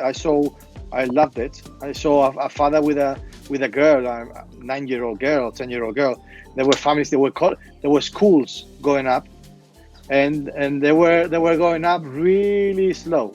They say that you have to keep the same path, but the same rhythm, but it was very, very slow. So you climb from 2000 to the top, where we stop like 400 meters before for the night, where we stop for the relaxing sardine night. And then we woke up like 12 noon. No, 12 noon. No, 12 in fact, I'm in the going to morning. start putting in some of the footage you'll be able to see. It is actually, I'm not very sure if these facts are correct. Somebody might want to go on Google and fact check me. I don't want to spread any fake news, but I think that Mount Fuji is the most climbed mountain in the world. It is, yeah. And as you can see there, you can see why. And considering the fact that the climbing season is only limited, basically, I believe it's the July and August is the official climbing season. It's impressive to think that it's one of the most climbed, or if not the most climbed mountain in the world, or volcano in this case, in the world. Now, and you don't need a license to climb other mountains. You need to pay a license. That's why a lot of people like this hike. And I think I heard that more than 7,000 people see the sunrise every morning from July to September when it's open. Yeah, actually, you see that when I'll show you over here. What? Do you have yours? Yay! So it's getting yellow. Yeah. I've been here. This is our stick, and the cool thing is that every station, there's 9 stations. You start on the 5th station. Every station has multiple, like different, lot of sort of like stalls where they will stamp your stick as a memory, and so you can use it like a walking stick, like I'm doing in the video now. Actually, I love that shot of me walking with the stick, and then you can see that I have all of these stamps all the way up as I go all the way to the top. And Carlos has, and I have also the little fish, but I took it off. Carlos, can show the little fish. This is like to follow the tour. The tour guide has this one, and everyone in the group have the same fish. I'm gonna go and get another beer, so you carry on talking about Mount Fuji. Okay, you want me to carry on?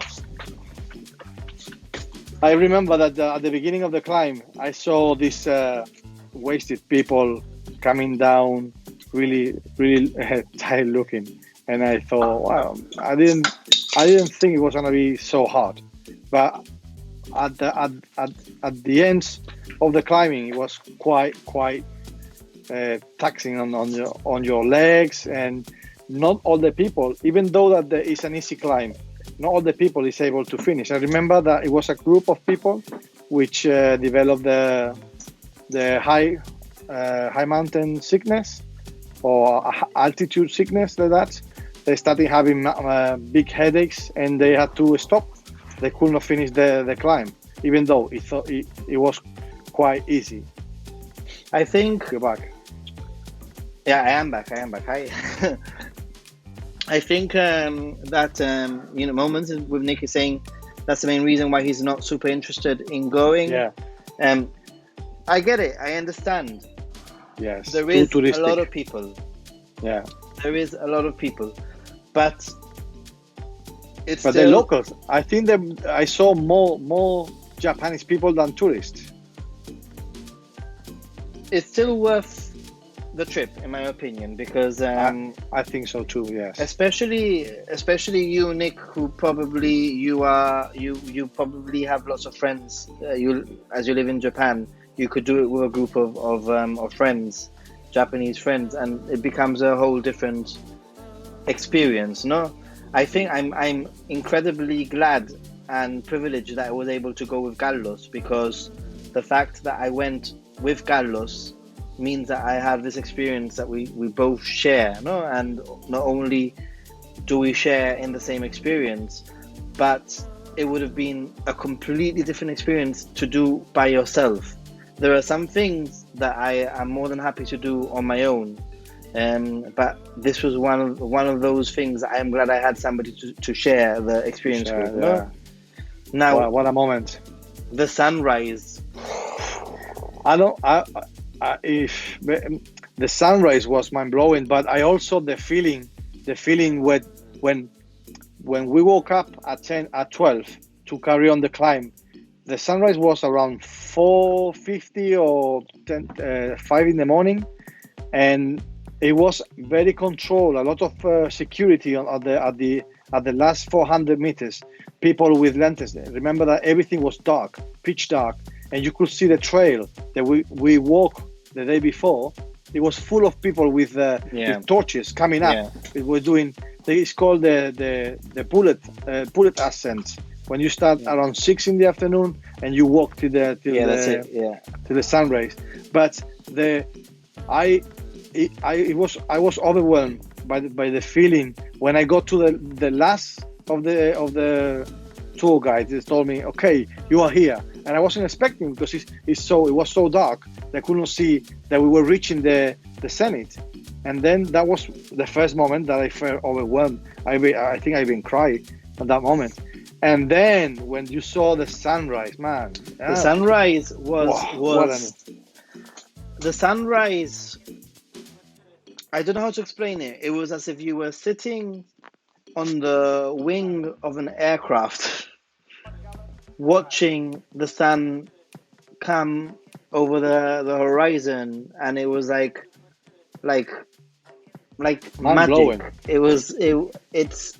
I mean, before Sarah asked why do we start from the fifth station, actually not everybody starts from the fifth station. You can start from wherever you want. The proper way of doing Mount Fuji is actually like the spiritual way of doing Mount Fuji, as far as I'm aware. You're supposed to start at the sea. You're supposed to get a bottle of seawater, and you're supposed to climb from the sea all the way to the summit of Mount Fuji, and then pour the water or leave the water or whatever in the summit at the top of Mount Fuji. But so you don't. Why do people start from the fifth station? I guess it's where all the lockers are, the bus station, that kind of thing. But you can see, I mean, it doesn't do justice. The sunrise in the images there, it just does not do justice. In fact, for a moment, I'm going to take away our cameras so that you can fully experience what it's like. Oh, it's sort of funny story. The tour person that took us up, we were up at the top of Mount Fuji, the summit, and the tour guy said, we have an option. The option is either you go down and you have breakfast in the cabin where we stayed, or you can walk around the crater of Mount Fuji. So we had a little bit of a discussion. Did you do it, Carlos? Yes, we did it. Yeah, we both did it. No, we had a discussion, and Carlos. That's said, the post office. The post. Remember, that's the post office on top. Actually, I posted some things. My hands were. Oh my god! It was so cold that morning. It was. They say that the tour guides told us that we were lucky because on the days it's so windy that you're not allowed to stay. Well, you can see the sunrise, but you're not allowed to go to the crater. But that day it was cold, but it was no wind at all. It was perfect day, beautiful. But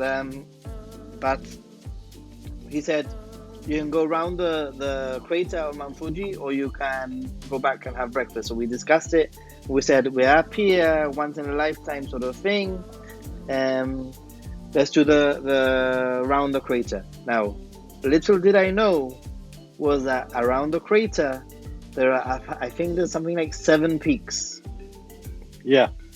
Which means that it's not just like a nice little walk around the crater. It's like up and down, climbing, up and down, climbing, up and down, climbing. Which after climbing, look at it, that's a shadow. That's the shade, the shade, no, the shadow. Shadow. That's cast from Mount Fuji, from the top of Mount Fuji. You get this view. So you don't get this view unless you walk around the crater of Mount Fuji. And just don't forget that Mount Fuji is actually an active volcano. People forget that it is an active volcano. So it hasn't erupted in a very long time, but you never know. I mean, did you ever have that feeling of, oh my God, how long did it take to walk the crater? Like a couple of hours, 3 hours, no? Something like that? Sorry, was that? How long we took to go around the crater? I think it must have taken us at least 2.5 hours, at least minimum. Yeah. You know that several weeks after the Mount Fuji, I lost my 2 nails from the toes. I didn't know that. I lost the coming down, because coming back, or what we said about the hiring the gear. I bought myself for that trip a couple some shoes that they were very hard. The front bits of the shoe were really hard. They were hard plastic, and the bashing from coming down from the top to the 2,000 meters. It was all the time constant hitting in the toes, in the nails, and if they become black, and then 2 weeks after I lost or 3 after we came from Japan, I lost the nails. It was a hard. Coming down was hard. Going down, actually, going down is a completely different route. Yeah. You don't go down the same way that you come up. It's a more direct route. Yes. And it's incredibly gravelly. Like there's a lot of gravel. Yeah. Incredibly loose volcanic stones, which they don't have any weight, and it was so uncomfortable to go down. Yeah. I mean, I remember sort of skiing down. Yeah. You know, kind of skiing, yeah. But sort of like sliding down with a stick. Stop like sideways, and on the way back it took us 4 hours to come down, and it took us like 13, 14 hours to get up there, and only 4 hours we ran the way down. On the way down from Mount Fuji, we stopped in a sort of like onsen thing, and unfortunately there was no tattoos allowed. I couldn't enjoy it. so he couldn't enjoy it. And unfortunately, it was one of the most perfect Mount Fuji views that I have ever seen. That I never got to see. From the onsen itself, or it wasn't an onsen, it was like a public bath, but one of these modern public baths. Yeah. And it was glass with Mount Fuji, and you're having a bath, and you literally see Mount Fuji. And then on the following day, Carlos stayed in the hotel because he was quite tired. No, Carlos? Yes. But I was quite knackered. Yeah. yeah. And you wanted to visit something else, the beach, no? Yeah, I you went got to the train. Kamakura, and you didn't want to come because you were just knackered. Well, I actually enjoy I went to Roppongi Hills. Your time away in from Tokyo. me. Yeah, also. And I must say, after there were some stressful moments in the trip, because even though that we really enjoyed the trip together, because we didn't a couple of times we have different opinions, of course, but it's gonna happen. Also after Mount Fuji, it was quite a good day, relaxing, no rush. I went to Roppongi Hills all the way up to the it was on top of the building. It was a deck where you could see a 360 view of Tokyo, which was unbelievable, and the weather was really, really nice, and you enjoyed your trip to the beach, no? Yeah, I mean, I did vlog that, so it is there as a vlog. You'd really expect a place like that to be okay with tattoos, I know, right? But I did vlog the Kamakura, and it was nice because I took my swimming shorts with me just in case. I wasn't planning on swimming really, and I ended up going to the beach there and swimming and seeing Mount Fuji for the second time from the temples of Kamakura. I said before I was gonna say one of the embarrassing moments, and I'm gonna say it because you were unconscious, but I felt it and I left it. When we slept in the sardine, in the sardines, literally, if you remember, the futon, we share a futon, one meter between three. You remember? Yeah. And I was just in the middle of you and someone else that I didn't know. So for you to be covered, I have to be in the middle cover with my quilt. I literally pass all night because the minute that you put the head in the pillow, or the sort of pillow that was there, you started snoring. You sounded like a bloody rhinoceros, or I don't know what. And I think it was we were gonna wake up around 11 or so in the night to start walking all the way up. So it wasn't like 10:30 in the night when I fell asleep. And when we woke up half an hour later, you said, "Bloody hell, you snore like everything." I said, "I sleep only half an hour, mother." But that's the thing. It's all about perspective, because wow, of course you didn't see my perspective, and you didn't see mine either. Of you snoring. Well, you fell asleep the second. Yeah, I mean, second you put your head. Boom. But that's the thing. Anybody that knows me well and has traveled with me, they all everybody hates me because I fall asleep so quickly, so that is a problem. The problem is, in the past, I've traveled with people, and people have said, we need to go to bed before Nathan so that we can fall asleep before Nathan. No, it's like the race, because I've trained myself to fall asleep quickly. If I may give you a piece of advice, don't make comments about the night before. Because for me, it was fine that you went to sleep so quickly. For me, the thing was that I didn't sleep in all night, and the first thing I hear in the morning is, "Bloody hell, you snore." And I say, "Have you let me?" It was funny. See, I mean, but it was part of the experience. It is. Obviously, it is. Yeah, But Mount Fuji definitely worth you have it. to go. It's tiring. It's a little bit hard, but it's not like hard in terms of difficulty. It's just a little bit hard on the body, but it's doable. It's not something that I think with a little bit of preparation you can definitely do it. I mean, we weren't the fittest of people. I don't think. No, we were not. We did it. We did like train a little bit before. We did. Like we would meet up maybe twice a week, and we'll go walking for maybe 4 or 5 weeks before. Yeah, Like and just also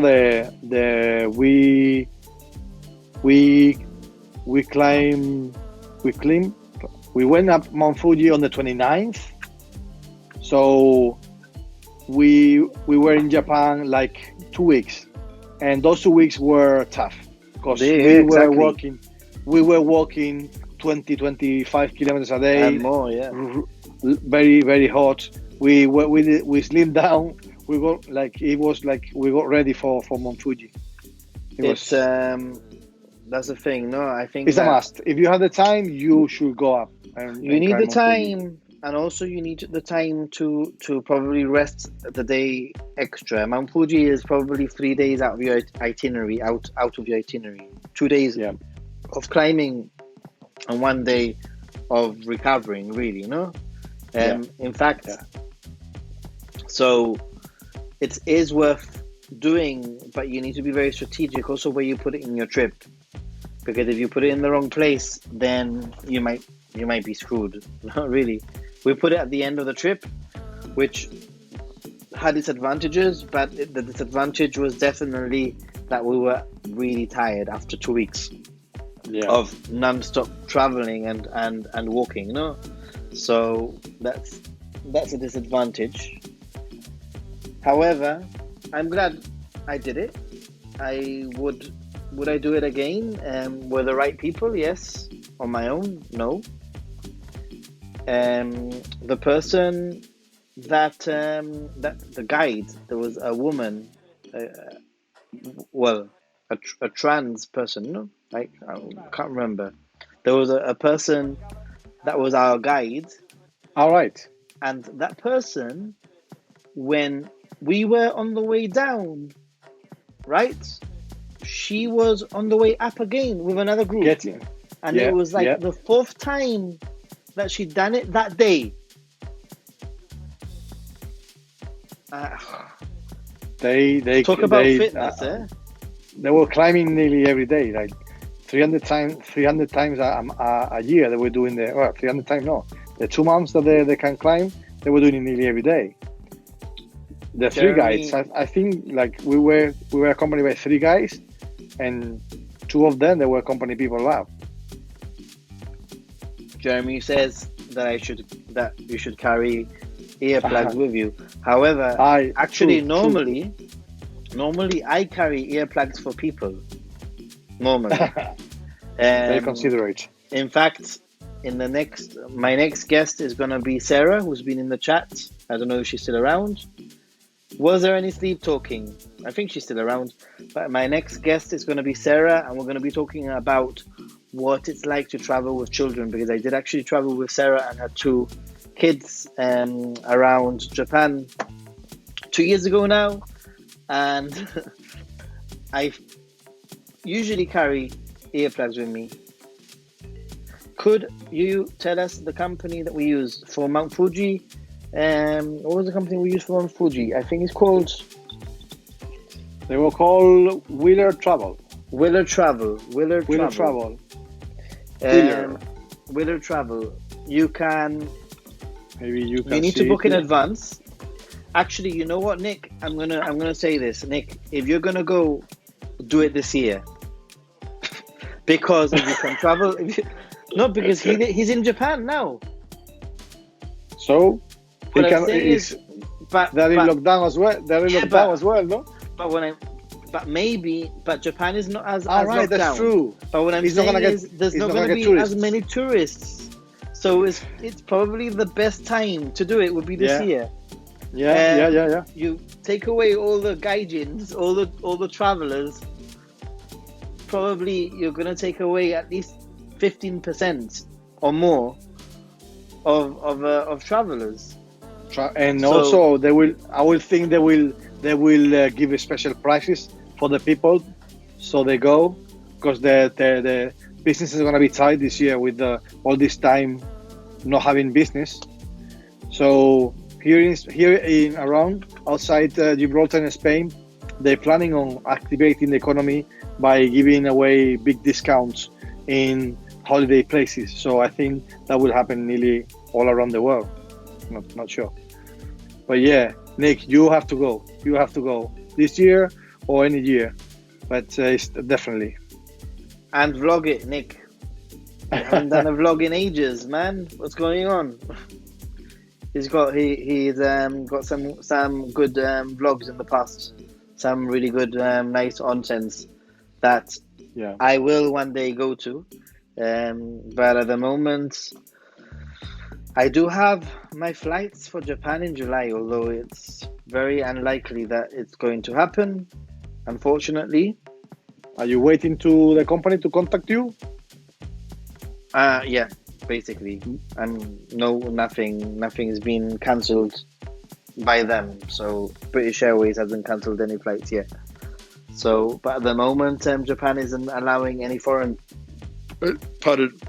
any foreigners into their country anyway. So we'll have to see. It's gonna be a slow comeback when we finish after what is happening around the world. It's gonna be a very slow comeback. The tourism is not gonna be allowed traveling the world like we've been used to until now. So yeah, definitely. So What yeah, else? I think we're gonna start wrapping things up a little bit. But as I was saying before, the next chat with Sarah, I don't know if she's still in the chat, but we're gonna be talking about what it's like traveling with kids, especially doing a very sort of common itinerary. I think basically Tokyo, Kyoto, that sort of thing. We had some really cool adventures with the kids. It is fun to travel with kids. At the same time, there's a lot that can happen, and there's a lot that you get to see because of the kids that you wouldn't see as a solo traveler, no? So that happened. It was a fun trip, and we're going to be talking about that. So we'll be preparing that hopefully on Wednesday or Thursday if you're in the in Asia. But yeah, Pokemon Center obsession, definitely. There's loads of little interesting. It's going to be a very Pokemon themed chat, I think, considering that both myself and Sarah are Pokemon fans, and we were traveling with children. We had our share of Pokemon as well. Of course we did. I remember 2 or 3 times you have Pokemon centers or things that had to be with the. Well, I enjoyed Pokemon Go on the period that we were there in Japan, and after that I haven't carried on. I'm not that such a Pokemon lover, but yeah, we have our share, and it was quite amazing that added to the experience how connected the people are to the Pokemon culture, no, in Japan. I mean, I guess so. I think people think that all Japanese play Pokemon and love Pokemon, but I think that the reality is that it's just that Japan has a huge population of like 100 and something million people. Yeah. And even if it's like just a very small percentage like Pokemon, it's a lot of people. Basically, a small percentage of Japan. 127 million. Yeah. So out of 127 million, if only 10% like Pokemon, that's a lot of people. Liking Pokemon. So exactly, it's not that everybody loves Pokemon. It's just that it's a country of a lot of people. and therefore everything feels magnified, you know. Wow. But yeah, I think please don't forget to like the video, and don't forget, if you're new to the channel, if you've watched all the way up to here, nearly 2 hours after the live stream, then I think you should most definitely They're super fans of me. But I think that if you have watched all the way to the end, then why not subscribe if you're new to the channel? And don't forget that you can leave a comment below, because I'll read all of the comments even after the live stream, and maybe Carlos can also answer some of your questions. Don't forget to check out Carlos Ruiz Photo on Instagram, and I'm also on Instagram and YouTube. Everyone loves Pokemon, even if they don't admit it. That is true. Everybody does love Pokemon, even if they don't admit it. Good stream, guys. Very enjoyable. Thank you very much. Still trying. There's people are joining. This is a thing that I think that really, even though we started our stream a little bit earlier, 11 p.m. our local time, people are starting to come onto the stream now around 1 in the morning. So it's a little bit of I mean, if you have any questions to ask, we'll keep going for a few more minutes. You know. Well, you were saying that we're gonna try and do the same stream, talking about the same issue in a different language, Spanish. Yeah. Maybe yeah. we can do it some other time that you can engage more people. Yeah. So the plan is we're going to repeat this exact format, more or less, talking about the same comments, but we're going to be doing it in Spanish.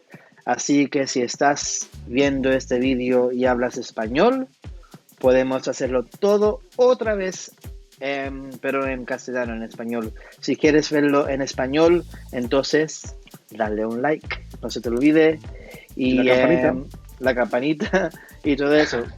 Así que, Carlos, como es español, y vamos a intentar de hablar un poquito, de hacer algo en español. So if you do want to see something in Spanish, if you understand Spanish, please let us know in the comments so that we can actually get that sorted. Maybe we can do it sometime next week or the following. Pretty much the same. If you do have any sort of topics that you want me to talk about, travel related, Japan related, even Gibraltar related, please let us know also so that we can plan. I can try and get some guests, because it's not the same just me doing it by myself. It's a lot more fun to talk with someone, even if I have to get Carlos or Jeremy back onto the stream just to have a little chat. Why not? So yeah, I mean, thank you very much, all of you, for joining us. It's been, I think, I mean, to be honest, I'm a little bit disappointed that we had a little bit of audio issues at the beginning. Because yes. I worked so hard to try to not have any audio issues. But no, but I think we've covered a lot of ground. Main of the things we wanted to talk about, we've done. And the people who've been watching that have been very involved for asking questions and making comments. And definitely, I think we've put what we wanted to do. We've done it. So that's put that feeling of wanting to do what we've done. I guess some of the viewers probably they will try and do the future. Yeah. So Jeremy saying that it's been pretty good since the hiccup. So I'm quite happy with that. I mean, to be honest, this is all something. It's all a learning curve. I've never seen myself as like a live streamer. I like editing my videos and filming and putting things together and telling a story through video like that.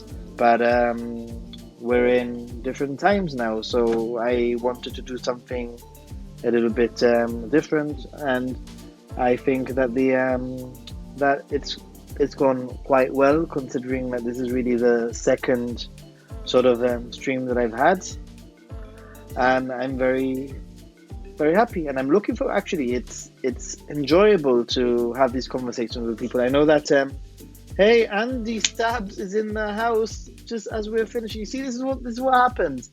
1 a.m. seems to be the time. Carlos, can you stay on the stream for a few more minutes? I will not mind, but the family is gonna say, "What's the matter with you?" If you want, Where's your family? I'm in a lockdown in my room, in the bedroom, and I've locked them up outside. This was very responsive.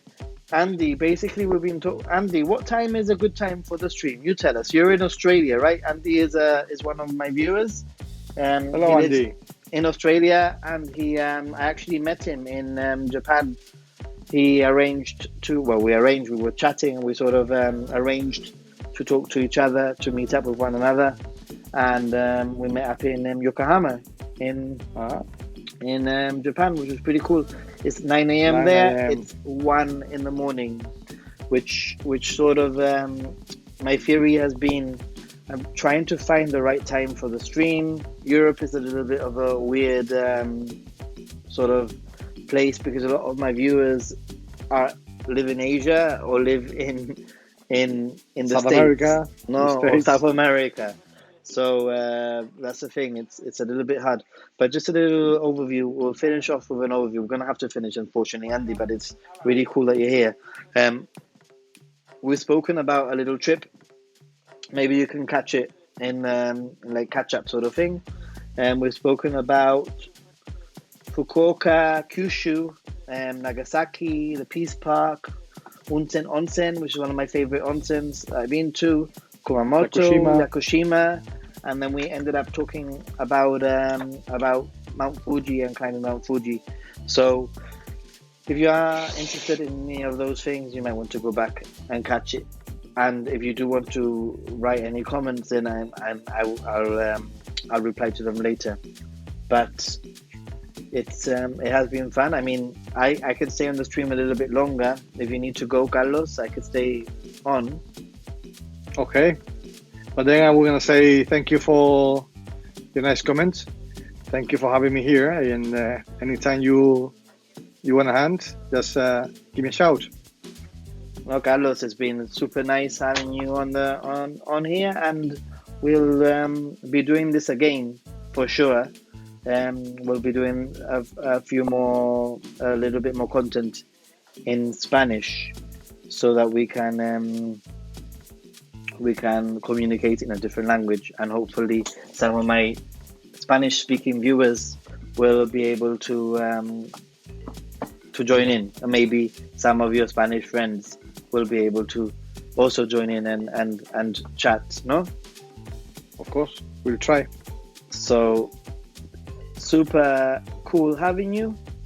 Thank you very much. Same, good experience, and we'll do it again. Yeah, we will definitely do it again. So, konnichiwa. Sayonara. Sayonara. Thanks, Carlos. Bye. Bye. Enjoy. Bye, Nathan. So it's just me by myself. I'm not very comfortable sort of continuing talking by myself, but I thought that why not? I have a few more beers in the fridge, and I could always continue. And we have Andy Stubbs in the house. Andy is in the house. Thanks, Nick, for joining in and spending time with us. Quite a long time, actually, with us. It's been cool. The stream, or the topic, has officially ended. I'm just sort of like just hanging out a little bit with whoever decides to join in. We have 7 people right now in the chat, and Andy said that it's a good quality feed. What do you mean, like as in the quality is good, or the content is good, or both? But yeah, Andy, gone down to 6 people. Yeah, I think that the quality in general, I managed to figure out a way of having a consistent, good quality stream, which is very useful. Picture and sound is good. Well, the sound wasn't very good at the beginning of this stream. Jeremy, are you still in the house?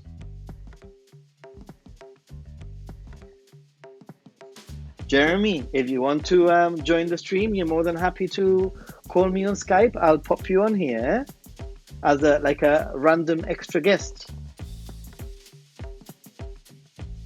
Eh? Just give me a call and I'll pop you on.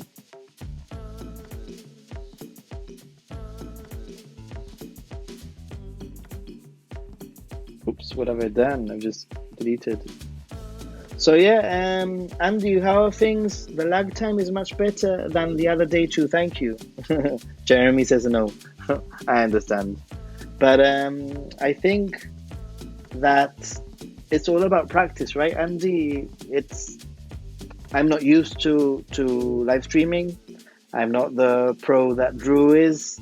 However, it's something that I'm sort of getting used to. So I'm trying to learn how to read the chat, also sort of edit on the fly and that sort of thing.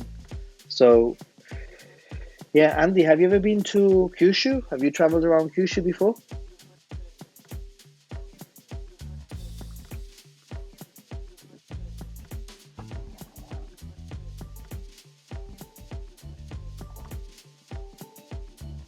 I have my Pokemon collection here. This is my Krabby.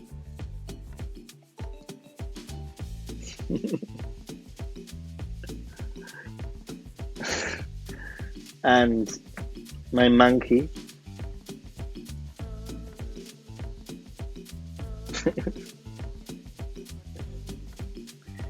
And one of my favorite, actually, this was one of my favorites. Oh. Ditto.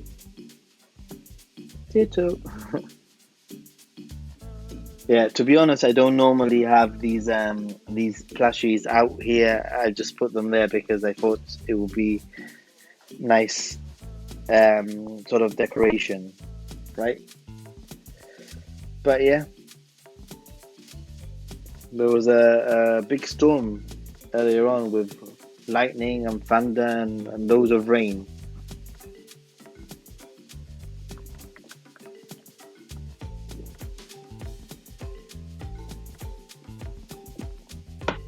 Snorlax is your favorite?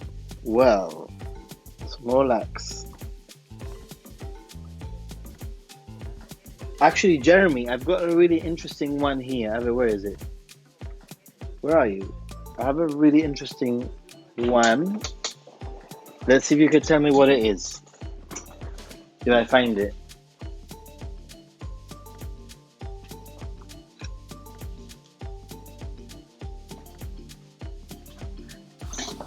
What's this one, Jeremy?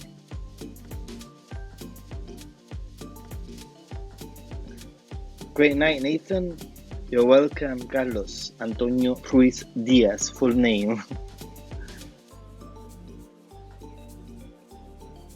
What's this one, Jeremy? Do you know? Yes! It's a Ditto. Not everybody would have known that was a Ditto. Yeah. If you have any questions, then you can chat. You could chat and ask me any questions that you want to know about, and I'll try to answer. We've spoken about traveling around Kyushu. We've spoken about climbing Mount Fuji. We've spoken about being naked in onsens. We've spoken about snoring. We've spoken about izakayas and bars and that kind of thing. How's the lockdown going in Gibraltar? It's sort of, I mean, I'm working 2 days a week, and then I have 8 days off. Sorry, 6 days off, 2 days on. 6 days off, 2 days on. The lockdown, it's sort of quite. There's quite a lot of restrictions. Like all the restaurants are closed, all the shops are closed, that sort of thing, and you're only allowed to leave your house really for exercise, or for going shopping. I think a few people were sort of taking a little bit too much freedom and not following the rules that much. And yesterday they had to close down the beaches and the nature reserve because there were too many people going to those areas. But lucky for us, the things seem to be working, and the numbers of infected are coming down. So tats can be an issue in onsens. I have one tat. If you don't mind me asking, Andy, where is your tattoo? Because I guess it depends on how big your tattoo is and where it is and how easy it is to hide. Because my friend Carlos, that was in the chat, he has a few tattoos, and we did have a few issues where he wasn't allowed into some of the baths or onsens or like public bath sort of things. We have 8 people in the chat. So if you are new, hello, please say hello. I'd like to know who you are.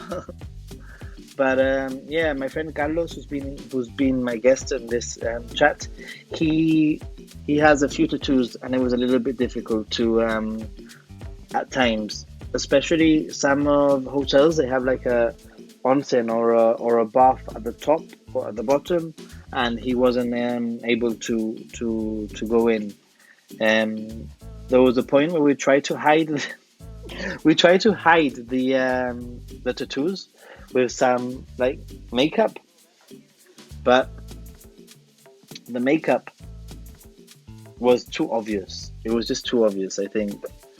But I don't have any tattoos, and actually part of the reason why I don't have any tattoos is because I love onsen too much, and it would be very disappointing not to be able to do onsen because of a tattoo.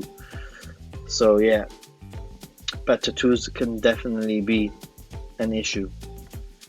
But like I said before, it depends where it is. If it's a small one, I think you can probably hide it. I mean, I know people that have small ones and they just put like a plaster or something. So yeah, any other questions, guys, or comments?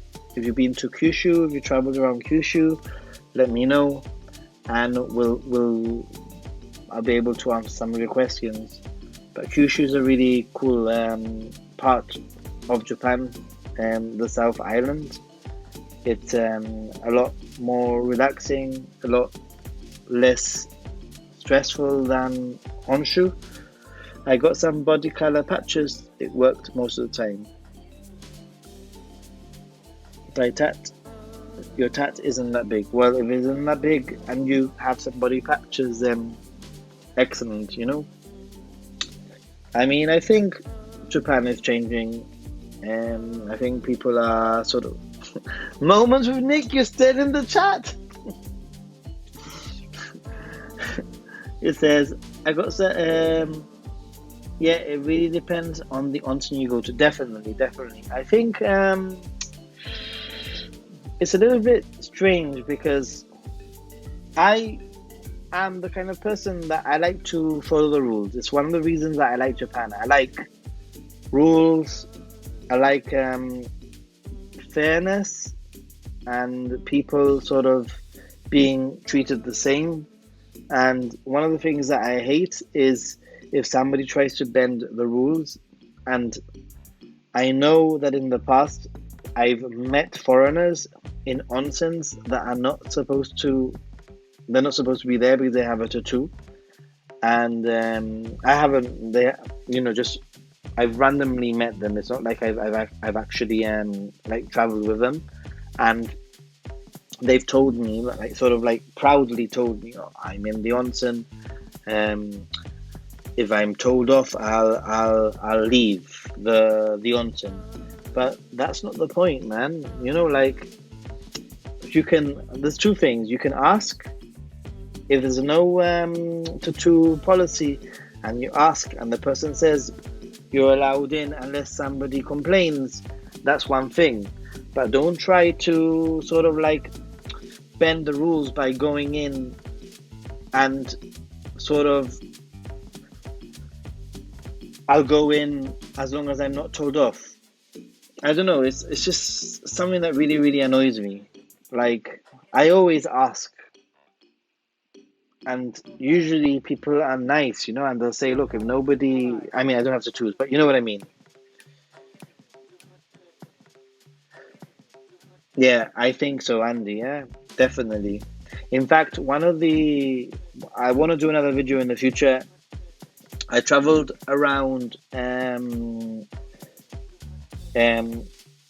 Shikoku, also island, and I went to Dogo Onsen, which is, I think, the oldest onsen in Japan. And that onsen is tattoo friendly, actually, so it's quite interesting. It says, I think, like the center we went to, for example, I've seen many full body tattoos, old Japanese guys, probably Yakuza. Every place is different. Totally. But like, what I'm trying to say is that there are rules. In my opinion, don't try to bend the rules, but that doesn't mean that you can't ask and get permission or have an ultimatum. No, and they could say, right, this onsen is no tattoos. However, you're allowed in as long as nobody complains. You know, but ask. Don't try to. It just gives foreigners a bad name. That's basically what I mean. It just really annoys me when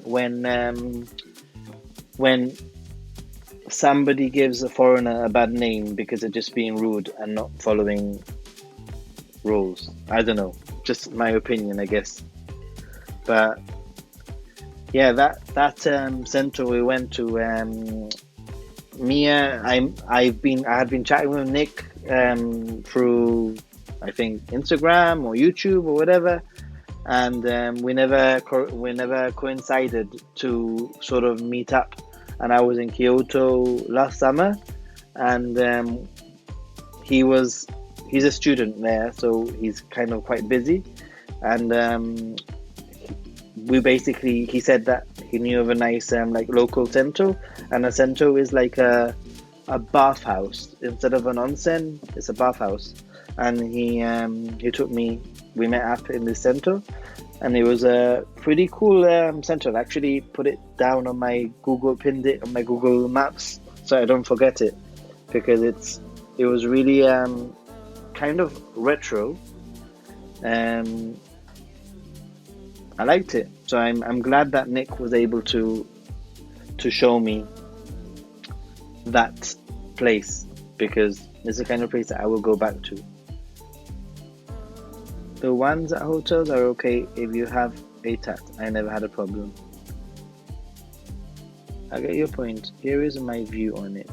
If in Japan, in many cases, it is better to ask for forgiveness rather than for permission.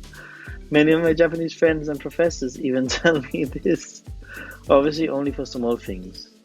If there is a sign that says no tattoos, then ask. That's what I mean. Of course.